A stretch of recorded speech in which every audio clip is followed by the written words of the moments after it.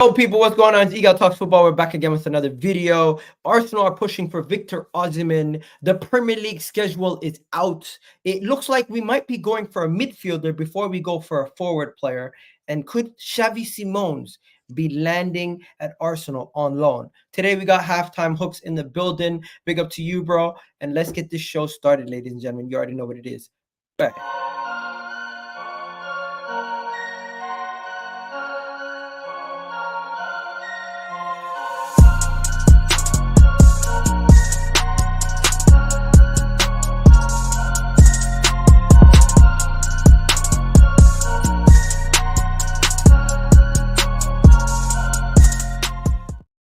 Yes, bro. What's going on? Big up to everyone who's just joining us from Never a Foul. Big up Kaz and all the mandem over there. And of course, Dabs, Ty, Mons, and all the guys that I was just live with a second ago. We're going to be looking at Arsenal's Premier League fixtures, a deeper dive into Arsenal's Premier League fixtures. We're going to look at Victor Osimhen, Xavi Simons, and of course, a mystery midfielder signing could be potentially walking in through the door very, very soon. But before we go any further, bro, we have to start with the fixtures. Am I wrong? We have to start with the main story of the day. When you look at the Premier League fixtures, what do we look at? We mostly look at who we're going to be playing, what time we're going to be facing Tottenham, when we're going to be facing certain players. But now we have all that information. So let's just before we take a deep dive into it, let's just take a sneak peek and look at a couple of things first. So big up halftime hooks in the building. Bro, look at this. First team, Man City. We play Man City's the first big game that we play September 9th, 2024. And then we play them again in February, the first game in February. So that right there is when we play the current champions and the team that we need to dethrone. So you can say those are the two title race games right there. I like this. You like the fact that we play Man City early? Yeah, I love the fact that we play them away first. I love it. It's so beautiful. We get to get them out early. So yeah, regardless, let's just say worst case scenario. Let's just say that we did lose this game. Yeah, it's so early on in the season that it doesn't even really matter, to be completely honest. Like by the time, we get to the February fixture, where you know who's born in February, me, bringing all that good luck. Let's go. It was destined to be. It was destined to be. By then, it could be a case of, okay, maybe Man City are 3 points ahead, or who knows, maybe even we're 3 points ahead of them. Win that game, woo, we're going on, and because the one thing that I did notice about the fixtures is April looks very nice. You know what? Let's continue. Next, we got Liverpool. Liverpool, we play them in October, and then we play them, I think, the 5th month. That's May, right? Yeah, May. So we play them in May. So it's like, it's looking good. It's looking good. God of Honor at Anfield. Bro, imagine we win the league at Anfield. It would be like 89 all over again. Then you got Manchester United. We play Manchester United in December, and then we play them in March. So usually we play Manchester United at home anyways first. So and the fact that we don't have them too late in the season, it's great because it's not going to affect the title race hopefully too much. Chelsea, we play Chelsea very early. We play Chelsea in November, and then we play them again in March. So the fact that we play Chelsea away first, that's a good thing because we get the away game out of the way, and then the home game, lately we've been beating Chelsea quite easily, so that's going to be good. And then the North London Derby. We play away for the first time in a North London Derby in years. We have not had an away trip for the first game in the North London Derby in the season in near, 7 years? Yeah. I don't remember the last time we played an away game as the first game of the North London Derby in the season. So that is a massive, massive change. And before we go any further, do me a favor, guys. We got 136 of you guys in the chat right now. Do me a favor, hit that like button, and let's look at the actual Arsenal fixtures and tell me if you guys think, what do you think about these fixtures in totality? Right? These are the Arsenal fixtures, and it is very interesting looking at them right here. So let me know in the chat, what do you guys think? Do you like the opening fixtures for Arsenal? Because a lot of people are saying to me they don't like the opening fixtures. They think the opening fixtures are really tough. That is as hard as it can get for an opening fixture schedule, and people are really upset about the fixtures. I'm not going to get too worked up about the fixtures. I think, you know what, it could have been better, but Don't you want the tough games out of the way? Don't you want the City away out of the way as early as possible so we can just focus on beating the teams that we should be beating later on in the season? Are you guys happy with the opening fixtures? Because look at that. Wolves, Aston Villa away, Brighton at home, Tottenham, Man City, Leicester. Those 6 games are tough, bro. Talk to me. What do you think? So I'm of the camp that, yeah, it is a very hard start to the season, but I'd rather us have a super hard start to the season than a hard end to the season. That's my opinion. Like Tottenham away, Man City away, and Aston Villa away, all in the first 6 games of the season. It's going to be difficult, but it's not impossible. Like, it's definitely doable. Like, I mean, if I was to put my non-biased hat on, I would say that we could get maybe 3 to 4 wins, a couple draws, and maybe a loss from the first 6 games. That's good. I'll take it. And I'm pretty sure there's a lot of Arsenal fans out there that will take it as well. So, a loss? Wait 1 second. Bro, we're trying to win the league. We can't lose any games. Well, I hear me out. I know that we cannot lose games, but we have to be realistic and accept the fact that at some point in the season, we will lose a game because we're not going to go invincible. Like, nobody in the Premier League has gone invincible since we went invincible. And that was like 21 years ago. So we have to accept at some point in the season, we're going to lose games. I would rather lose a game at the start of the season in the first 6 games than lose it in the January or in the April or in the March. So no, I hear that. So, I hear that, but my simple take is Wolves at home, we should win. Aston Villa away. Last year we lost that game. Since it's the second game of the season, maybe we can catch them and we should be able to win that game. Brighton at home should be a win. Tottenham away. The last 2 years we won at Tottenham away, so nothing should change there. We should try to win that game. Man City away tends to be a very tough game. I could see us potentially dropping points there, but even then, we should try to aim for at least minimum a draw or a win. No, we should not accept any losses. Bro, we're trying to win the league. We're trying to have the league wrapped up as early as possible. And if we can weather the storm in the first couple months, because it is going to be a tough beginning to our schedule with September being Tottenham, Man City, Leicester. I want a clean sweep, 9 points out of 9 in August. I would accept a potential drop somewhere against one of these 2 teams, but we can't drop points in both games.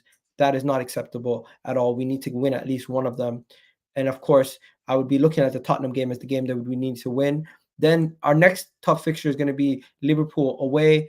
I mean, Liverpool at home. We should beat Liverpool at home. I hate Bournemouth away trips, but we should win that also. Southampton are back in the Premier League. Last time we played them at home, we dropped points. We cannot drop points against them. Then you go to November. November is going to be tough. You got Newcastle away, Chelsea away, West Ham away. Yeah. To be fair, last year we did not get a single point away at Newcastle, so we need to capitalize on that. We dropped points last year at Chelsea away, so November is going to be extremely tough. We need to capitalize there. Nottingham Forest at home should be a relatively easy win. West Ham away last year we lost, so we need to. November is going to be a tough month. November might be the banana skin, you know. Yeah, November is going to be extremely tough. November is going to be tough. Then we look at December. December is also going to be a little bit better because Manchester United at home, we tend to win those games, but they are tough. Fulham away last year we lost, so we can't take December lightly. But Everton at home, Crystal Palace, Ipswich, Brentford. You want to know something interesting? For the Christmas running, we are not leaving London. For the whole month of December, we don't leave. Wow. That is amazing. Yeah, the whole December, we don't leave London. Ooh. That is a positive. That Crystal Palace away game. But bro, think about it. We don't have to travel to Everton. We don't have to travel to Liverpool. We don't have to travel to ridiculous parts of the country. We are literally just going to be chilling in London, playing the Man United game, go to sleep, wake up, travel to Fulham, wake up, go to the Emirates for the Everton game, wake up, go to Crystal Palace, go to sleep, wake up, you're playing at home versus Ipswich, and then the final day, which is like New Year's Eve or something like that, You're playing at Brentford, and you basically spent the whole month of December since the West Ham game. You've been at home in London, so it's like no long away trips the whole Christmas break. That is going to massively benefit the Arsenal players. Wait, we'll have Champions League games in between there as well, right? No, but we might have a Champions League game end of November, but majority of December you don't have Champions League. I think the only thing is you might have a Carabao Cup game and an FA Cup game beginning of January, but nothing is going to make us have to leave London for that whole December. That is a massive boost for us. I think we could win every single game in December and have the comfortability of knowing our players are going to be at home and they're not going to be in a hotel or in a bus or trying to catch a trip to another part of the city. That is something interesting that I noticed about this fixtures that I haven't seen since I've been doing this on YouTube since 2020. We've never had a fixture schedule where we had a whole entire month where we just stayed in London and we didn't have to stress in the title running. And last year what hurt us was we went to Liverpool, took a L or took a draw, and then came back to London and took 2 massive L's back to back. This time it's a situation where we're just going to be in London the whole time. It's more comfortability. Players don't have to worry about travel with their families and holidays. It's going to be more comfy. But then we go into January. Brighton at home, Tottenham at home, Brighton away, Tottenham at home, Aston Villa at home, Wolves away. That's not too bad. January's pretty nice to us. December and January is pretty nice to us. I'll be completely honest. I'm not gonna lie, that's a tough game though. Brighton tends to be a tough game.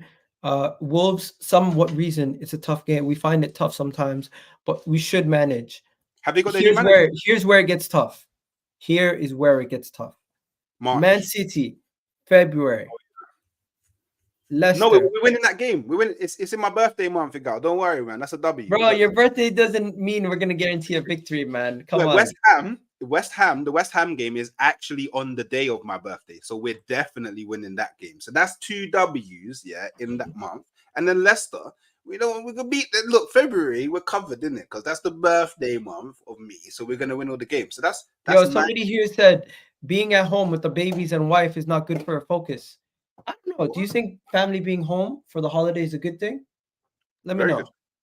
I think it's a beautiful. I'm with my wife right now. What do you think? Tell me. She went like this. She doesn't think it changes anything. So yeah, I don't know. Let me know, people in the chat. What do you think? And then so we're gonna then go to February.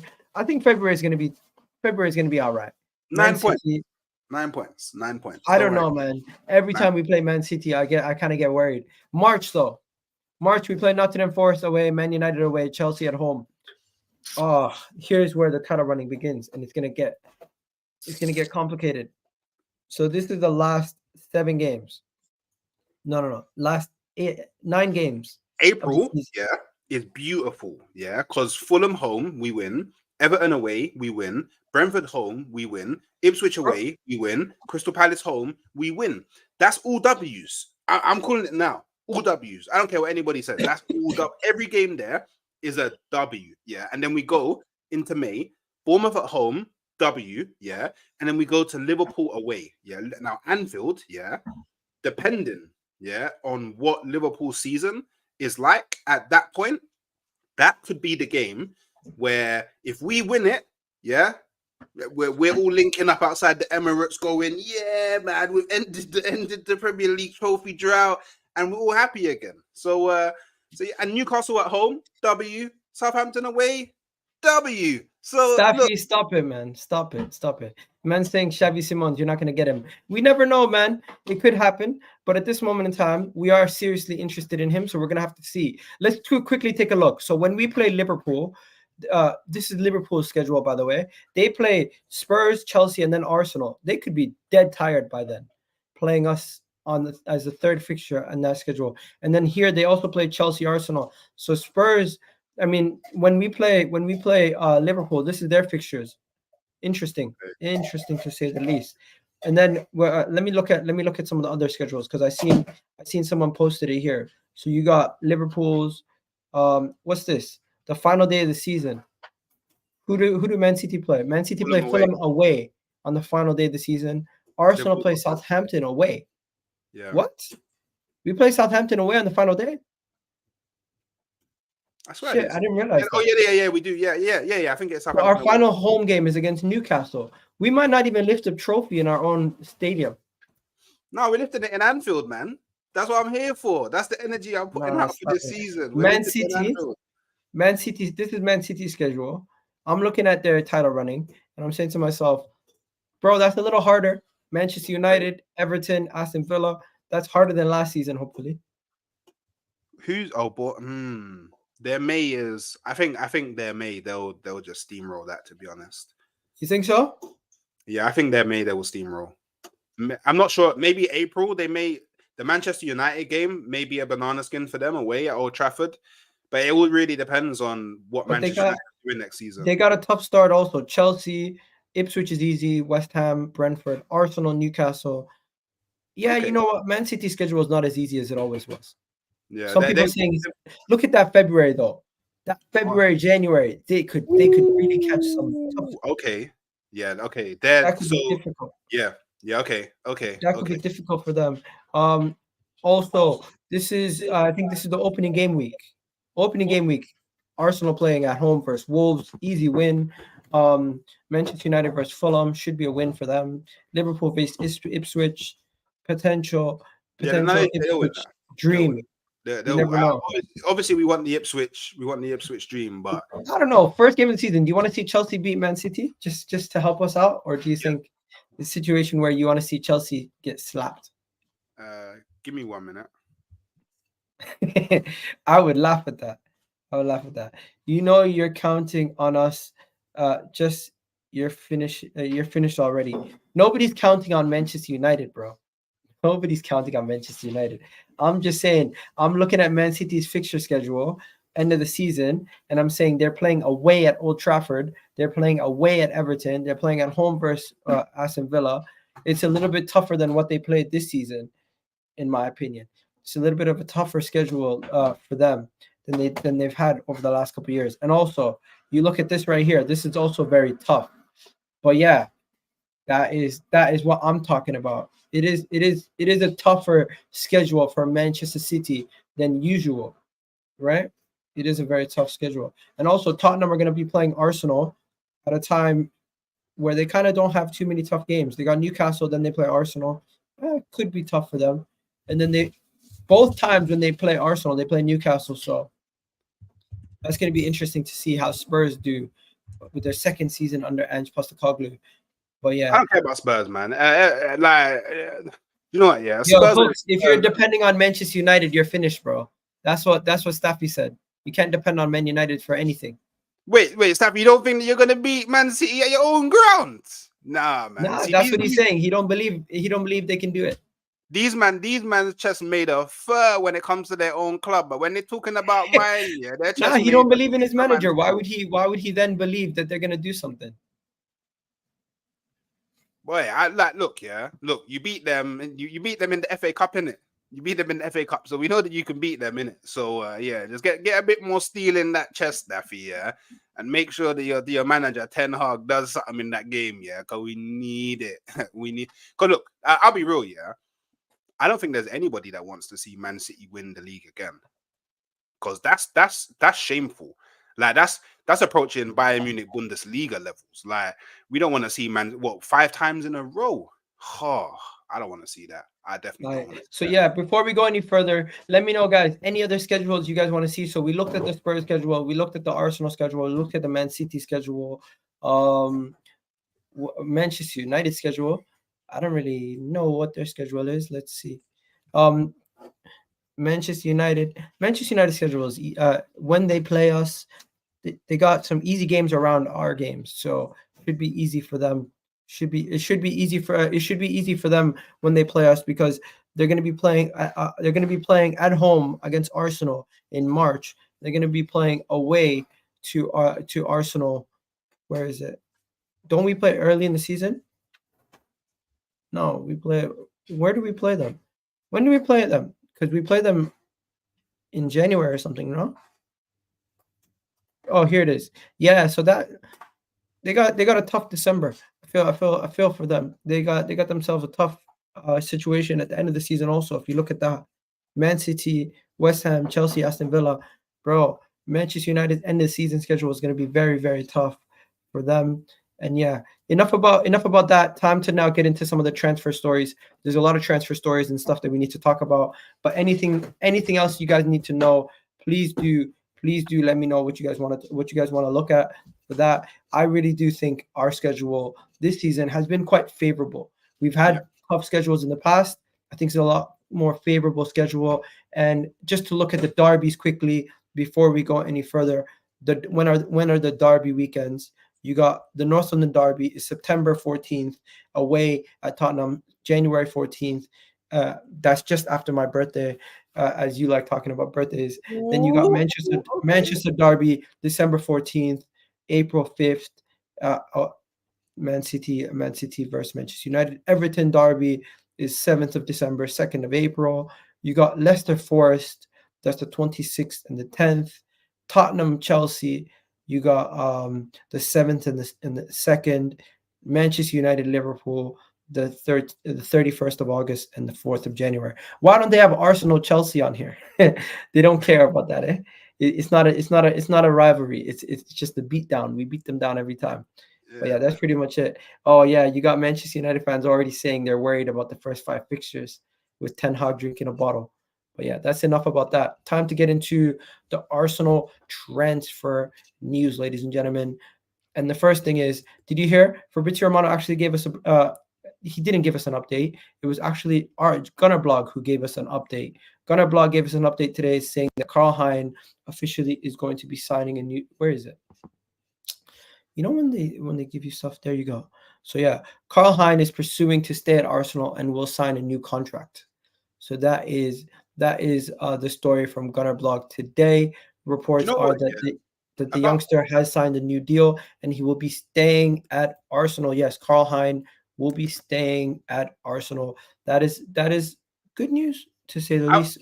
We don't want to have to sign a new goalkeeper, a new backup goalkeeper, and all these other positions. He's going to be our third goalkeeper. He's not going to be our starting goalkeeper. But yeah, Karl Hein is one of the players set to sign a new deal for Arsenal. I'd have him as our second goalkeeper, personally. Really? Yeah, like, look, if Ramsdale's going to leave, I would have him as the second goalkeeper. Like, I don't see that's dangerous, bro. Send him on loan. I don't know. When I say second goalkeeper, I mean like for the Carabao Cup games. Like, let him just play in the Carabao Cup. Like, we used to play the youngsters in the Carabao Cup anyway. Like, and you know what? Maybe even the FA Cup as well, if we're playing like the little man teams. Do you know what I mean? Like, what's the point of going out and signing a backup keeper when we can just keep this guy and then bring someone else through the youth? Because David Raya, from what we saw this season, he's not. Is he really going to get injured? Do we have to worry about David Raya not playing every single game? Bro, what they're saying is David Raya is going to sign a new long-term deal. His contract's pretty much done. The loan is done, and that we're going to agree the 27 million. But what they're saying about this guy is he's actually going to go on loan. So Karl Hein is set to sign a new deal and likely will go out on loan. So we're still going to get a backup keeper. This is just to keep him locked down to a new deal and potentially give him a new deal. It's logical that a loan move will be the next step for the 22-year-old's development. I don't think he's going to actually stay in the team. I don't know, man. We'll see what happens, but I wouldn't mind having him as our number 2. I think he's a pretty decent goalkeeper. I think we need a better number 2 just in case of injuries or something negative can happen, and then you'll be kind of screwed. You'll be leaving yourself very short in that situation. You don't want that to happen. Now, Marc Guehi is linked to Arsenal, Newcastle, Manchester United, Liverpool. Everybody's after Guehi, and after his performance versus Serbia. Sorry, after his performance for Serbia, I think he's well and truly going to increase his value. But 50 million for Guehi, bro, I would take Guehi in a heartbeat. I think he starts for majority of teams in the Premier League, and he's a great player. But do you see us investing that much money in a backup? I think we need to, but will we as a club? At this moment in time, I can take this source caught offside with a grain of salt. I don't necessarily think they are the most reliable source when it comes to these kind of news. It's somewhat sensationalized at times.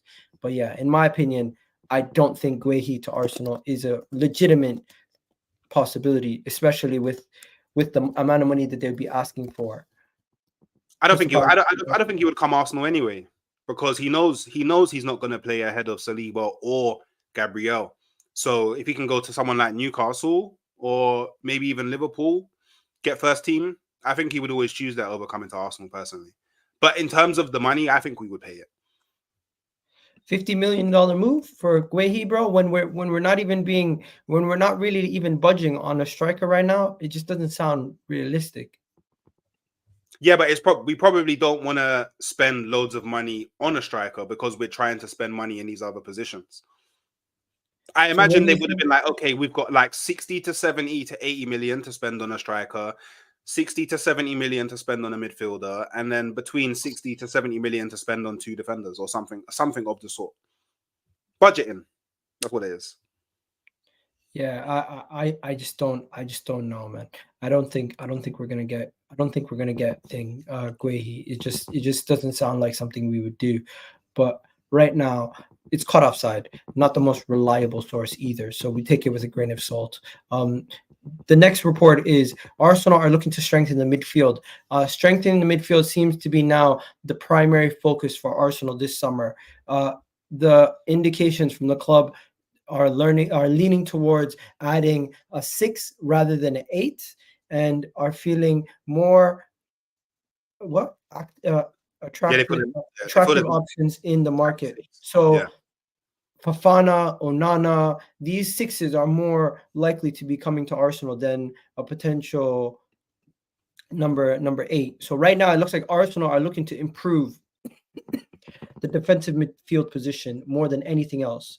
So who do you think we're going to end up getting in that position? Because we're linked to Onana, Fofana, all these number 6s. And I do agree, there seems to be more 6s available in the market than there are 8s. There's not really too many good 8s available. Like, who's out there that's available that's a good 8? Maybe Bruno G. But even him, you can consider him a defensive midfielder if you wanted to. He can play that defensive midfield role. Where do you think Arsenal go in this position? I think we'll end up with either Onana or Zubimendi. Personally, that's personally who I think will. Onana and what? Onana or Zubimendi. I don't think Zubimendi's leaving anymore. I think Zubimendi's staying in things. So you're saying Onana? Yeah, Onana or Zubimendi. Because realistically, I don't. Who else is? Well, at least who we've been linked to. I don't see us going for. I see Arsenal seeing Onana as like the safe option. Like, he's got the Prem experience. He covers the profile, strong, high stamina, quick. He would work very well with Declan Rice. I know we didn't have the greatest of games yesterday. Yeah, but nobody really did for Belgium. Yeah, I'm not gonna not want him off of one game. Do you know, for Belgium as well, who historically not really the greatest team, right? So. Yeah, people saying they don't want Onana. Yesterday, for example, I was on the show with my boy, Nigerian Englishman Kunle, and he was saying he wants Fofana. He's saying he doesn't get why we are so interested in Onana. He was saying Onana is slow. He's saying Onana is not really that good of a player, and he's just questioning why we're even interested in Onana when Fofana is potentially available for so cheap. So Fofana's not a 6. Fofana's an 8, no? I swear he's an 8 and he can play on the wing as well. Partey wasn't a 6 when we signed him. He was an 8. I get that, but the point is we want a 6 because we want Declan Rice to play the 8. So signing someone like Fofana, who is naturally an 8, doesn't make sense to me, because then you're basically saying Declan Rice is going to play the 6, which I don't think Arsenal want to do. I think Declan Rice is going to play the 8 for us. Exactly. So this is why I think Onana makes more sense than Fofana. Interesting. Regardless, Thomas Partey is going to have to be leaving very soon, potentially. Whoever comes in, I think Thomas Partey is going to be the guy who's going to surplus requirements and head out the door. Now, I am looking for the Fofana article, just so I can see it, because we haven't heard anything about Fofana in a while in the grand scheme of Arsenal. Like, here's the last article that we heard. It was on the 11th of July. This was the last article we heard about Fofana. It said Arsenal are admirers of Fofana and have held initial talks with Youssouf Fofana. So nothing really concrete yet on the Fofana side of things. So you could be right. It may be Onana, but you know something? I feel like more Arsenal fans are like, they want the exotic player or the player who's played outside of the league. Onana's kind of like underwhelming, don't you think? I don't think Onana's underwhelming. I don't think he's underwhelming, but a lot of people are saying, oh, they're underwhelmed. Like, people in the chat, let me know, are you underwhelmed by the potential signing of Amadou Onana? Because Amadou Onana, we've seen how he played against us when we played on the final day of the season. I thought he was quite decent. Yeah. And if I can just go to the article about Onana, what they're saying is Arsenal have contacted Everton and have made initial inquiries about Onana, and we've been notified that the price tag for Amadou Onana, he's valued around 50 million. So if we're gonna spend 50 million, bro, I really do think that 50 million would be potentially spent on an Amadou Onana rather than us go and spend 50 million on a backup striker. I mean, a backup center back. It would be nice to do both, but are we going to do both? I don't know. The thing about Onana as well, that a lot of people aren't really reading between the lines, is who's been his manager? Sean Dyche.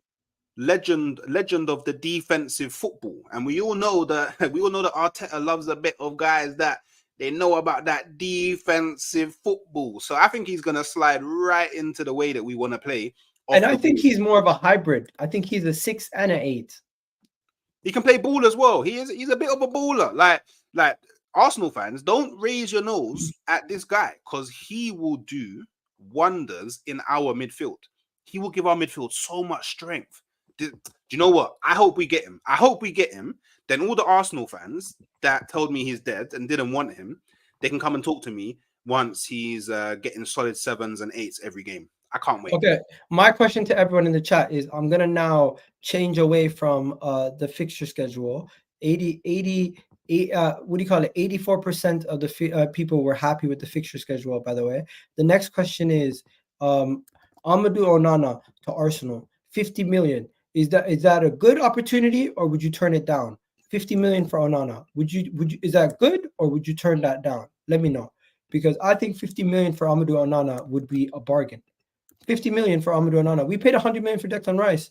I know Amadou Onana is not on Declan Rice's level, but he's not that bad. Yeah, and I think he could be a good understudy or a replacement for Thomas Partey. So let me know in the comment section. Is it a good? I put a poll out there. Is 50 million for Onana a good deal, or would you turn that down? 25% right now are saying they're going to turn it down. And think about it as well. Yeah, having Onana in our midfield as well would give Ødegaard even more freedom. Ødegaard would never have to track back. What, Declan Rice and Onana behind him? Yo, he would have the most freedom to just play the game in the final third, and it would be insane. I hope that we get this guy. 50 million would be a waste, my guy's saying. Wow. 50 million would be a waste on Onana. Do you know what? Yeah. Do people actually? No, because he's saying 20 million for Fofana. No, he's saying Fofana's 20 million. He thinks Fofana's a better player. He's like, rather keep that 30 million. What? But the thing about Fofana, yeah, don't get me wrong. Fofana is a good player, and I would take him at Arsenal. And if he's saying that he's 20 million, I see no reason why we couldn't spend 50 million on Onana and 20 million on Fofana and get them both. But the thing that I'm thinking about is, I don't want a player to come into our team that has to adapt to our league and is a starter. Like, if he's coming, he's gonna play as part of the squad, then cool. But I'd rather someone who knows the league, it doesn't need to adapt to the physicality of it, and can just come in and just play. And that is Onana. It just is what it is. At this moment in time, the conversation just keeps going straight back to one thing: Fofana or Onana. Fofana or Onana. What if there's another opportunity that comes across? Like, we never know. Maybe Frankie de Jong comes available. we go for him. But right now, we don't want to rush and go get Onana, get the deal sorted immediately after the Euros, and then find out that something comes available. All of these deals are going to be something that happens very, very late in the window, guys. This is something that's going to happen later on. We're not going to hear about anything concrete until later in the season. So right now, sorry guys, I'm sick. But right now, it's going to be just relax, sit back, chill. We're going to see where things fall at this moment in time. We have to relax. Now, there is some revelations on the striker situation. Did you hear about this? Arsenal are pushing themselves for more attractive destinations. Had Benjamin decided to move this summer, but they're not too disheartened by his decision. They will continue to follow Sesko and maintain a relationship as remain as a long-term interest. So we might go back in for Sesko next year potentially and not sign a striker this summer. That could be a potential possibility. Would that be a mistake? The only way it's a mistake is if the money that we was going to spend on a striker, we don't go and spend on like an out of this world winner. That's the only way for me that it would be a mistake. Because clearly they're changing their ways. Because he's decided to stay at his current club and he didn't pull up Vlahović where he just went to somewhere else and dissed us and he didn't answer the phone. It's good to see that they're keeping contact with the player and he remains a long-term interest. But if we don't sign a striker this summer, that's the only reason why he would still remain a long-term target. Am I wrong? Or do you think they're looking at him as like somebody to sign when he's 26, 27? Or am I reading too much into it? What do you think?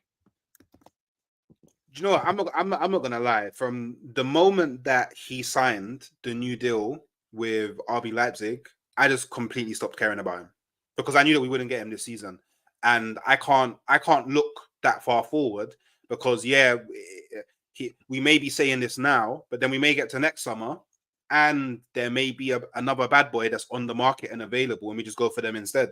So it would have been nice to have him because he's a good player. And I don't know if you watched the Slovenia game, but he looked like he got a nice little shot on him, but he's not coming. So yeah, I would say move on now. My personal opinion is we need someone now. We need another option. Like, don't get me wrong, I love Havertz. Man, no, I love Havertz, and I would have Havertz as our starting number 9. But we do need someone else of a different kind of ilk that can come on and change the game in a different way and provide us with a different way of playing. And if we're not going to do that, we may just run into the same problems that we ran into this season. So yeah. I mean, personally, I don't. Why don't we just go for Vlahović? Victor Osimhen. Fuck Vlahović. Respectfully, bro. That guy, he's never coming to Arsenal. The way he dealt with the club and how he disrespected not even answering phone calls because they basically only had Juventus on their mind and nothing else. But you know it what? It left a bad taste in the club's mouth, and they're no longer going to be interacting or dealing with that agent or his representatives. Unless he changes his representatives, Vlahović is never going to be joining Arsenal Football Club. And that's just strictly down to principles at this point. And, but would you want him? If we could get him, would you want him? I don't want him. So would you? So you would rather Eddie Nketiah come on from the bench or Vlahović? Of course, Vlahović, but I just don't want him at this moment in time because you can't be emotional about this. Because I'll be honest, if I'm Vlahović, at the time when we wanted him.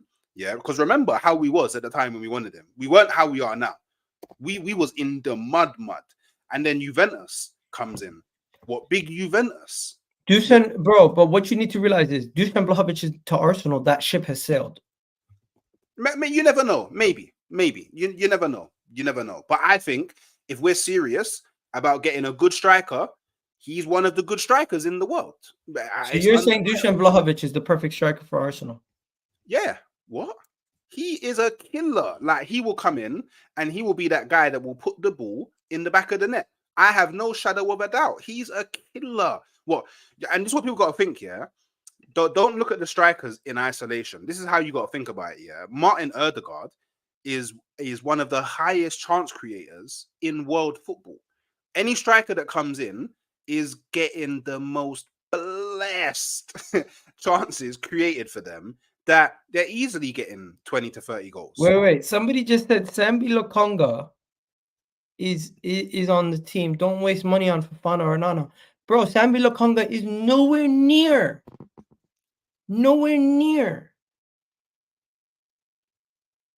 either of them. I'm sorry.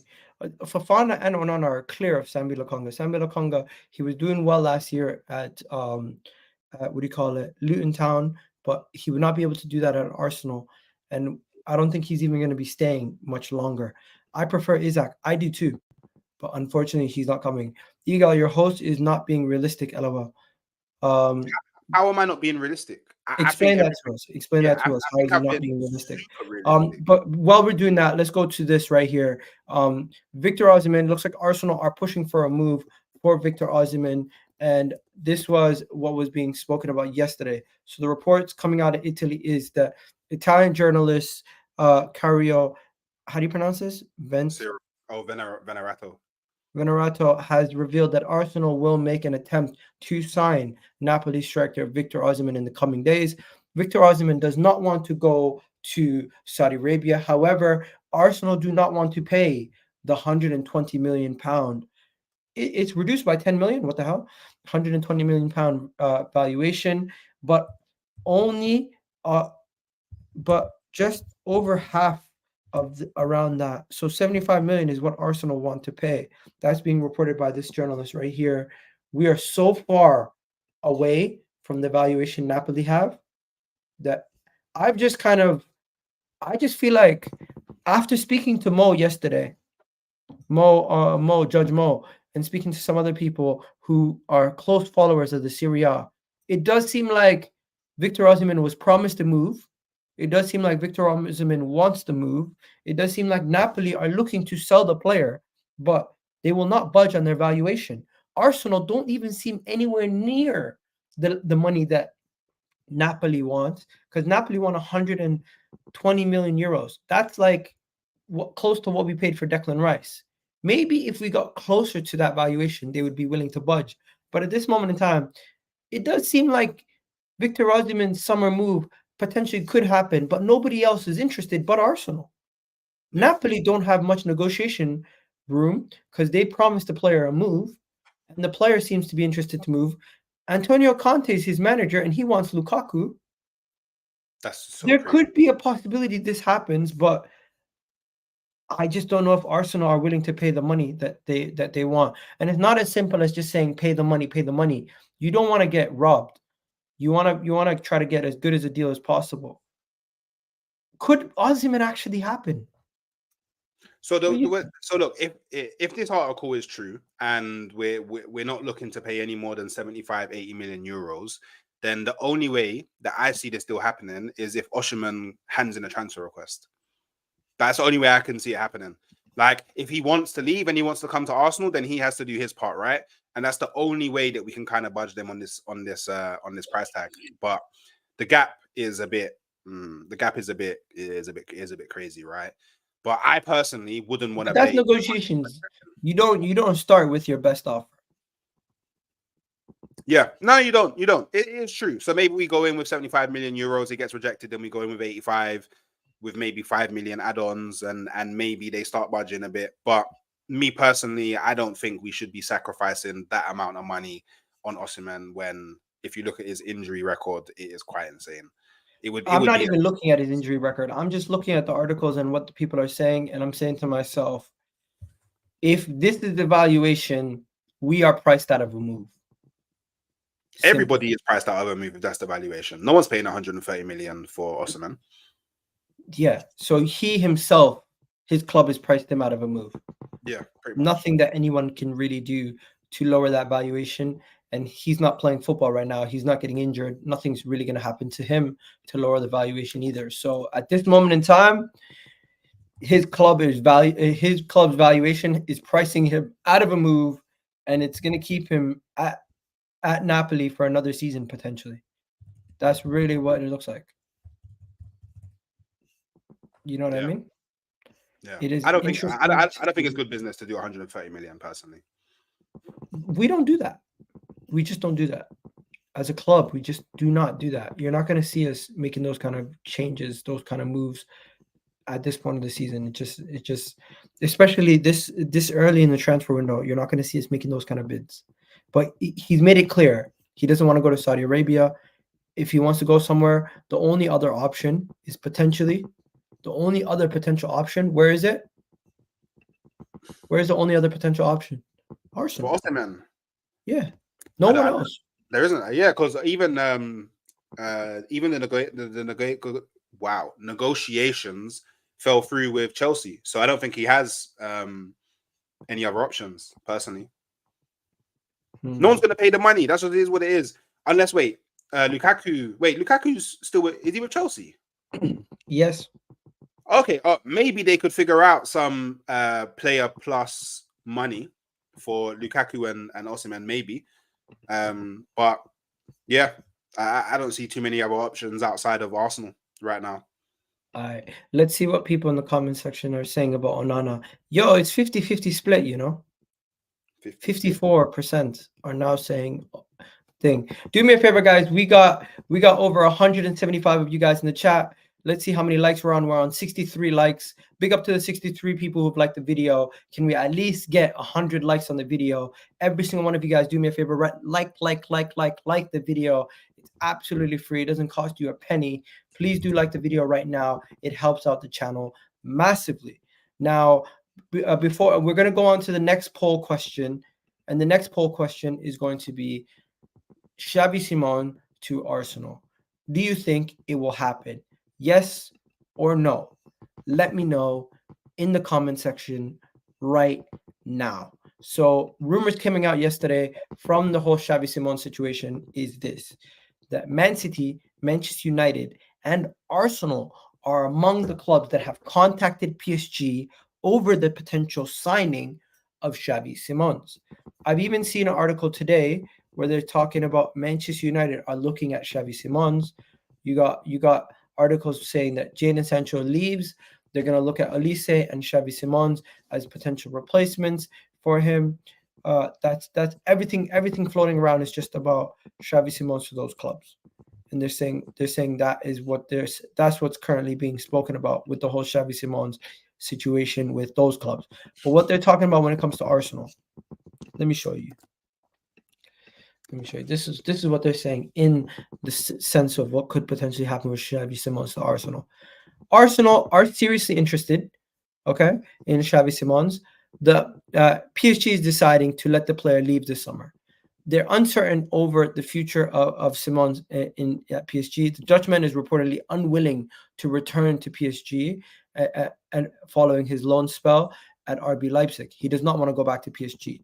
So the question now is, how are Arsenal going to get this deal done and what will happen? PSG reports coming out that they want to send him out on loan again, because if they were to sell him in the next year, if they were to sell him this year, Barcelona get a portion of the sell-on clause. But if they were to keep him for a year more, then they can sell him for his full valuation and receive all the money themselves and not have to give any of that to Barcelona. Apparently that there's a sell-on clause, and this sell-on clause is the obstacle on why PSG don't want to sell the player, and they're constantly putting him out on loan. He went to loan on PSV, won the league, scored the most goals in the Eredivisie, smashed it, and played against Arsenal, ran rings around us. He went to RB Leipzig, played well in the Champions League, played well in the league, once again, one of their best players. And PSG just got rid of Mbappe and all these other players. They're like, do you want to come back? He said no. So he doesn't want to go play for PSG. That's his current parent club. His current parent club is looking to send him on loan or potentially sell him. If they were to sell him, they would not get that much money from the sale. That's why the price is around 80 million. But if they were to loan him out and sell him maybe next year, you can get him for a deal for maybe 60 million plus a year loan agreement. But it would maybe need to be an obligation to buy. Is that the headache that Arsenal would be willing to go through to get the player? Is it worth all that headache? Not knowing if the player is going to sign for you, having to send him on loan for a year before you get a deal agreed for a signing. All these things that are floating about. It's crazy. I don't know if the club is going to sign the player with no agreement to get him as a permanent. I would take him on loan though. But would you do it knowing that you could increase his value and then not even get the player? Someone like Man City could come and sign him for 80 million after he played amazing for you. I mean, as a fan, I don't really care about all that, right? Like, nah, bro, think about it. When we got Odegaard on loan, imagine if Liverpool signed him after that. But we didn't get Odegaard with obligation to buy. No, we didn't. You're right. And we still ended up getting him. So this is the thing. Like, I think, and obviously there's going to be a lot of people that say this is my Arsenal bias now, but I think if Xavi Simons came to Arsenal on loan, he's going to come into the setup. He's going to come into the culture. He's going to be like, wow, I've never seen anything like this. This is actually where I want to set up base. This is where I want my home to be. We're a London club. London, one of the best cities in the world. All the players around him, he's going to love it. And he's going to want to be like, well, I don't really want to go to Manchester because Manchester's dead. I don't want to go City. Why do I want to go City? What, Pep's leaving as well? Nah, I don't know if I want to go there anymore, you know? So, look, if you can get Xavi Simons on loan and, you know, PSG are like, we don't really want an obligation to buy because he may turn up and it will increase his value, then Arsenal should just be like, all right, cool, because you're the profile that we want. You're someone who can not only play in the midfield, you're also a good rotation option for Saka on the right as well. Let's see how this loan goes. And maybe 6 months in, 8 months in, we start talking to PSG and going, you know what, we actually really want to sign this guy now. What's it going to take? Okay, 70 million, 80 million. Okay, cool. Let's work out a deal. They're done. It's over. Do you know what I mean? Because why would you risk, not bringing this guy? He actually solves a lot of problems for Arsenal. So this is my take. Also, get man like Bergkamp on the phone to Simons. Just bro, you got to come Arsenal. You know, Dutch legend. They love this guy. So bring him through, man. This is the deal I want to happen. So if you ask me, what's my top deal of the summer? I would say Xavi Simons. That's who I want. So let's just see if we can make it happen. Somebody in the chat just said something that spun my head. They said he could potentially go to Napoli on loan as part of the deal with PSG to get Victor Osimhen. That would be mental. So that would mean Victor Osimhen would be off the table. He would be at PSG, and Napoli would also sign Simon on loan. I don't know, man. I don't think PSG are in for Osimhen like that. I haven't heard anything crazy, but I fully agree with you, bro. I think this guy would be one of the best potential signings we could make. One of the best potential signings we could make this transfer window. Out of all the players that are available, he would be one of the best signings we could potentially make. How many good potential signings are out there? Do you know what? This is the thing as well. A lot of people don't actually realize there's not that many good players available in the market. Like everyone can shit, bro. Yeah, everyone can tell me, oh, yeah, I really want this player. Oh, this player's sick. Yeah, I've seen this player play 2 games and I've watched his YouTube compilations. Yeah, I really want him at Arsenal. But the truth is, he's probably not available. So, do you know what I mean? But Simons is available. Bring him. Do you know who I actually would like as well? Everybody wants him, though. That's why it's a battle. Did you watch the Netherlands game? I heard he played bad. Oh, you didn't watch it? Okay, but there's another midfielder. His name's Reinders. He plays for AC Milan. Yeah, I think he would be a good rotational option for that left day. I would bring him in the midfield personally. That's what I would do. But let's see what happens in this transfer window. I do think the striker option. So whoever's going to be our striker, that's going to be towards the latter part of the window. Personally, that's what I think. But I think the midfield, so the 6. And anybody else, whether it's Simons or whoever, I think we can get a lot earlier in the transfer window. And just to end us off, there is 2 stories that are floating about. One is this guy right here. Do you guys actually watch the Bundesliga? Because Xavi isn't what we need unless Arteta changes his tactics. Interesting. So tell me what you see. I was looking at him as a potential backup right back. Backup right winger, backup left winger, backup player who can play in the 10, could play in those positions. But if you're saying he's not that guy, let me know. Somebody saying Renders is trash. Yeah, you see difference of opinions everywhere. Difference of opinions everywhere. But yeah, let's quickly go to this article right here. Do Arsenal need a striker? Question mark. My man went in. Do you want to read that, or do you want me to get the computer to read it? I like. Do Arsenal need need? Need? I don't think we need one, but I think it would be good to have a different option to Havertz. Because I say it again, and you know me, Egal, throughout the whole but they're saying we don't need one because of Havertz. No. Because what if Havertz gets injured? Who come what? Nketiah? I don't want that. Hey, I'm at the end of. I'm done with Jesus personally as a striker. For me, he's a winger now. This is my personal opinion. For me, he's a winger now. I'm done with him as a striker. I've seen enough. You know, I've seen too many times. He's like Depay. Yeah, he wants to be everywhere apart from in the box, and I don't want that from my striker. I really just don't want that from my striker. So I just don't want this narrative to be. I'm not going to get stuck on this narrative. I think we still should get a striker. I still think we still need a striker to be signed this summer. If we're going to let the likes of Eddie Nketiah go, even potentially Jesus go, we need to go bring in a forward that can play a striker. As good as Kai Havertz has done, we cannot get ourselves stuck and saying we don't need to sign a striker. We don't need to sign a striker. We need to still try to push for that striker position as much as possible. If it comes late in the window and we don't have a striker, doesn't mean that we're not going to win the league. We could still potentially win the league even if we don't sign one. But it will be a lot tougher. I think we should still try to push as much as we can to go get a Victor Osimhen or somebody who can come in and improve the front line, be it maybe a starter.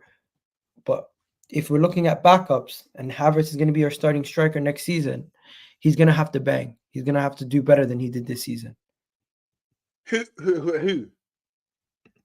Wait, Havertz or Jesus? That last one? Havertz. Bro, he had an exceptional season. But in his first season for Arsenal, he surpassed all of his GA. Anywhere else, anywhere that he's played. What more do we want from this guy? Like, and now he's in. Look what he's doing for Germany as well. One second.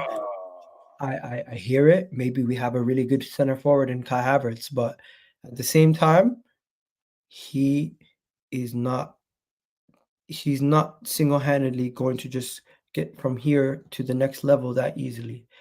I think if Eddie Nketiah goes and Jesus and Kai Havertz are only striking options for the entirety of the season next season, we are still in the same situation. We need another forward to come into this team that can add more goals. Who that's going to be, we need to find out. But right now, we need another forward to come into this team and help us get more goals. They don't necessarily have to start right away, but come the end of the season, we need a difference maker. We need more difference makers. We need more X factors. And Kai Havertz has been great. I'm not saying he's a bad player, but can he be our striker? Or can Jesus and Kai Havertz be our starting strikers to lead us to a title? It depends, right? I don't think that's a proven formula to succeed. It depends though, right? Because it depends what you do everywhere else. Okay. So this is my Bro, I'm on this. If we can go get Rashford. All right, look. I'm hearing it. I hear the Rashford take. Wallahi, I hear it. If we get Rashford, I'm there for that. Not as a striker though. No. He's not playing striker, but he's an X factor. So look, this is my thing, yeah. If you gave me, if there was a genie in a bottle, yeah, Aladdin things, rubbed it, came out, you get 3 wishes, yeah. And one of the wishes was like, yeah, man, make Reece be able to, I said my government, be able to make all the decisions on what Arsenal do in the transfer window. Do you know what I'm doing?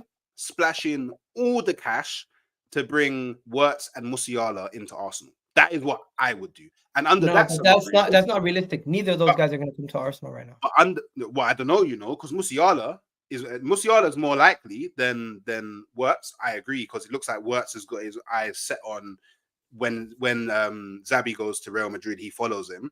But this is what I mean. If you was to get someone like Wirtz and Musiala, you don't need another striker. Let me ask you this: Arsenal go 80 million for Rashford, or 80 after getting an 80 million pound bid for Osimhen rejected. Is that enough of a forward player, a difference maker to improve our attack? 100%. Do you know why I wouldn't buy him though?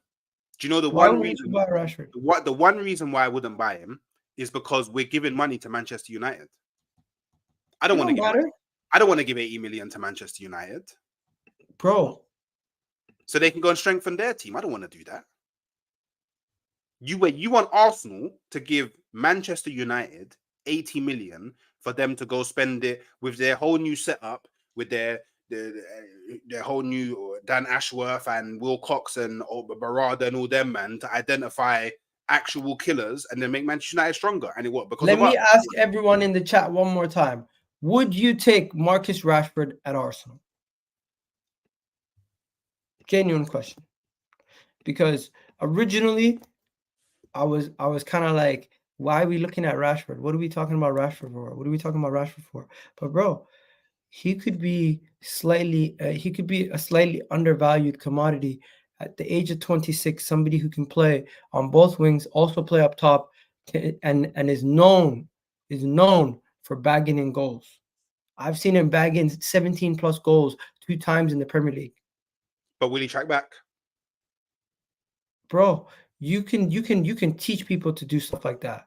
Some of the things he does, you can't teach. He's very good at cutting in from the left wing, but will he play for the team? Does he have the right attitude? Those are the things that I would question. Bro, if you're able to get a difference maker that can change your team, that can improve you massively, like Victor Osimhen, for a reasonable price, we would do it. If you can get Xavi Simons on loan, we're going to do it. But if you can get Marcus Rashford, I wouldn't be surprised. I think that's the secret thing that everyone knows, because Mikel Arteta loves his projects. I wouldn't be surprised if he went and tried to go and splash the cash on Marcus Rashford. He came into this club, was probably one of our highest paid players, and I think Arteta could get the best out of him. He does improve players massively.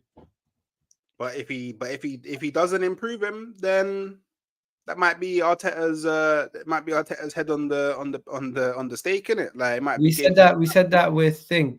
Go get Eze and Olise 130 mil. I don't think we want. This guy is talking my language. This guy talking my language. His wages are too much. That's true. Olise and Eze at Arsenal. 400 a week. Mbappe, not Rashford. Bro, he ain't getting 400 a week at Arsenal. Never. A tier center forward with pace. Yeah, we need pace. We need more pace in this team. Who that's going to be, we'll find out. But yeah, I think that's it, ladies and gentlemen. Nothing else. Let's see what the poll says on. Who did we speak about? Xavi Simons was the last one. Maybe I should do a poll on Rashford, see what people have to say on that.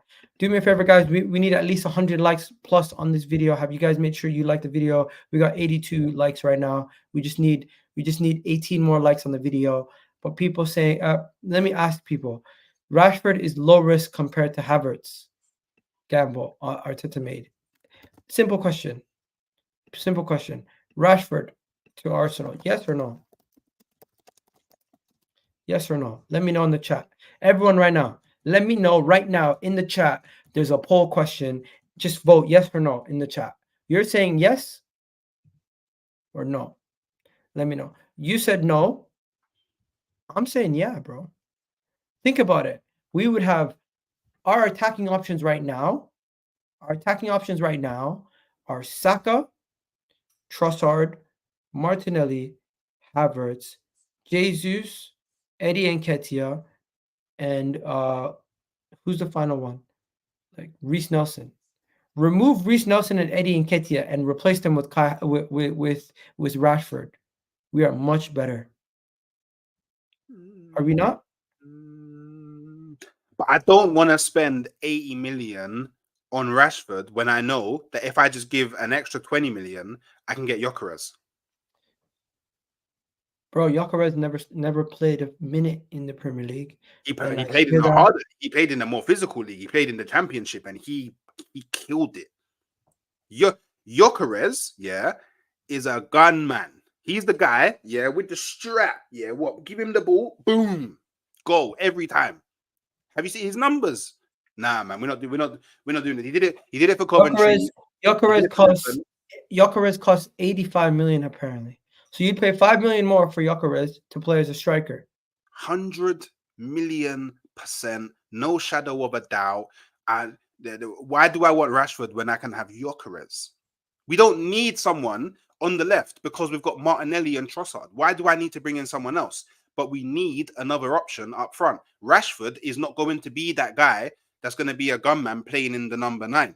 Gyokeres will be a gunman playing in the number 9. He's a different profile to Havertz as well. So what we really do is like, why do we cannot give 80 million to Man United for Rashford? We just can't do it, bro. Like we just, I do me a favor, guys. Hit that like button right now. Hit that like button right now, and also vote in the poll. Let me know what you guys think. Let me know what you guys think right now in the comment section, people. Let me know what you guys think in the comment section right now. I'm gonna be wrapping up the video, but this Gyokeres. Okay, so would you want Mikel Arteta to spend the money on a striker or the player who he deems the most fit for what he wants?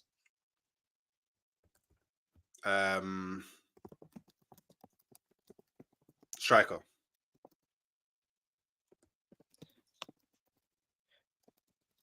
The striker. So you don't care. We all know that we need it. This is the thing. Like, I hear it. I trust Arsenal and Arteta with building the team in the way that they see fit, right? But all of us, unified. It doesn't matter if you was on the negative side or the positive side of the Arsenal fan base sphere, yeah? We all have identified together that we need a striker. We just need a striker. Like, it just is what it is. We need a number 9. We tried to do this thing where we didn't have a number 9, like an out-and-out number 9. Not last season, the season before, Jesus, I won't lie, when he played, we was killing it. But we was killing it because Martinelli and Saka was getting numbers. But this season that just went, Martinelli wasn't getting those numbers. He wasn't. So, and will he get them next season? I don't know. Like, he had such a bad season this season that I don't know how he's going to perform next season. So I don't want to go into next season with any doubts. And the way that I have no doubts is if we bring in an out-and-out number 9. It's just that simple. Yeah, honestly, it's just that simple. And imagine, how epic, it will be in the Emirates, when Gyokeres scores, in the Champions League semi-final, and then all the fans are just doing this across the whole stadium, man. It will be so gas. We need this guy. We need this. Arteta, if you're watching, you know what to do. Maybe some people in the chat ask some questions. Let me know what you guys are saying in the comment section. What do you guys think should happen? What do you think maybe should not happen? Gyokeres, the industry plant. He's a bet than Weghorst. What? Hooks back to delusional again. Bro, I don't get it. 1 second he's calling you delusional, next second he's backing you on everything you're saying. Yeah, allow me Rookie, bro. If it wasn't Rashford and if it was Rafael Leao, would you guys be still all over that potential signing? Yeah, see, I'd rather Leao than Rashford. Yeah, you said then it's not about the profile for you. It's about the name. No. What? Oh, by the way, let's not do this. Let's not do this. Because you said you want a difference maker, right? What? By the way, I got my Saka sauce. I know that's so random, but I just wanted to show you. I ended up getting the bottom. I still haven't tried it, I really wanted to try it, but it's too late now. The ship sailed, didn't it? That's cool, because one day I'm going to be famous, and then I'm going to get that DM from Saka, and I'm going to be like, bro, hook me up, man, hook me up. But yeah, Leao. It's expired by then. This literally expires in a month. That's why they're getting rid of it. Okay. Oh, damn. No, it's cool though, because when me and Saka become boys, yeah, and we're You having could, you could buy it on eBay for like £20. I'm not spending £20 on the sauce. I'm sorry. I'm just not gonna. Nah, I've seen people selling them for like £150, bro. Yeah, no, that's crazy. That's crazy. But Liao, yeah, he's a pacey winger, so that fits our profile. We need pace up front. No, he's very direct. He has all the tricks and flicks that a lot of the Arsenal fan base want to see in our team. Very dangerous. How does he not fit the profile that we want? I'm confused. We'll see, bro. I'm going to wrap it up there. We got 124 people in the chat. Let's see what they had to say about Rashford. Do you think the chat agrees with you or me on the Rashford take? What do you think? What do you think they're saying with Rashford? Huh? I think they agree with you. 55% said no to Rashford. 45% said yes to Rashford. Very, very interesting. And guys, we still don't have 100 likes. But big up to all you guys who've been watching the video. Big up to all the chat. Hopefully you guys enjoyed this video. Big up Halfway Hooks for joining me. I'm going to make sure I put the links to his channel in the description. And we're out of here, people. We're going to be sending you over to Big Six Band's Monsters channel. So please do check them out. And we're out of here, people. Love for the love. I'll catch you guys on the next one. Peace.